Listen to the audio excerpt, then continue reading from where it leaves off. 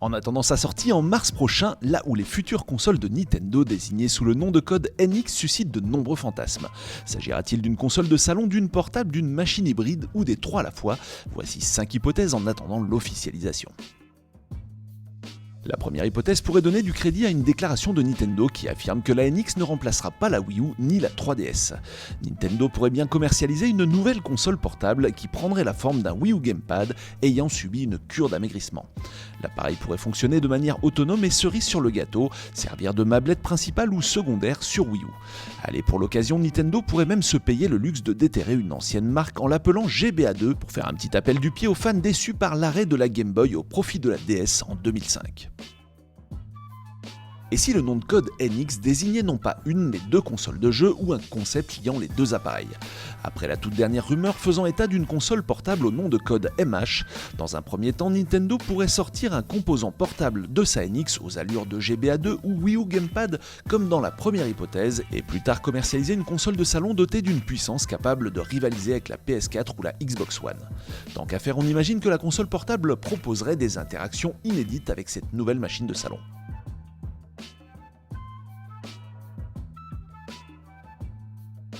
Cette théorie pourrait donner écho à la récente rumeur de l'utilisation de supports cartouches pour la NX, après de nombreuses tentatives avec la GBA couplée à la GameCube ou côté Sega, de manière plus rudimentaire avec le VMU sur Dreamcast.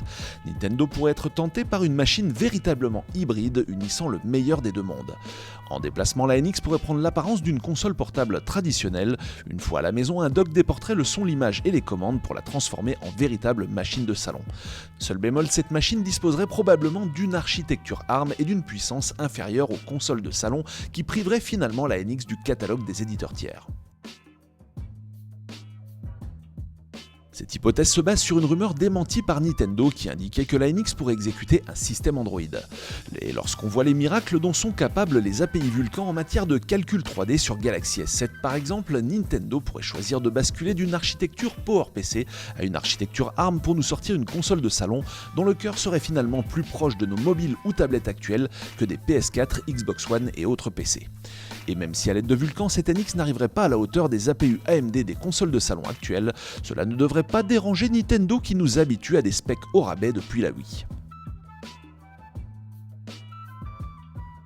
La théorie de l'app Android est, disons-le franchement, assez peu probable, mais qui sait. Les actionnaires veulent du mobile à gogo, mais pas question d'ouvrir les vannes du Play Store aux licences vache à lait, qu'à cela ne tienne. À la manière d'un Amazon Underground, Nintendo pourrait publier l'APK d'un kiosque eShop Android ultra protégé pour inviter Mario et ses copains sur nos mobiles favoris.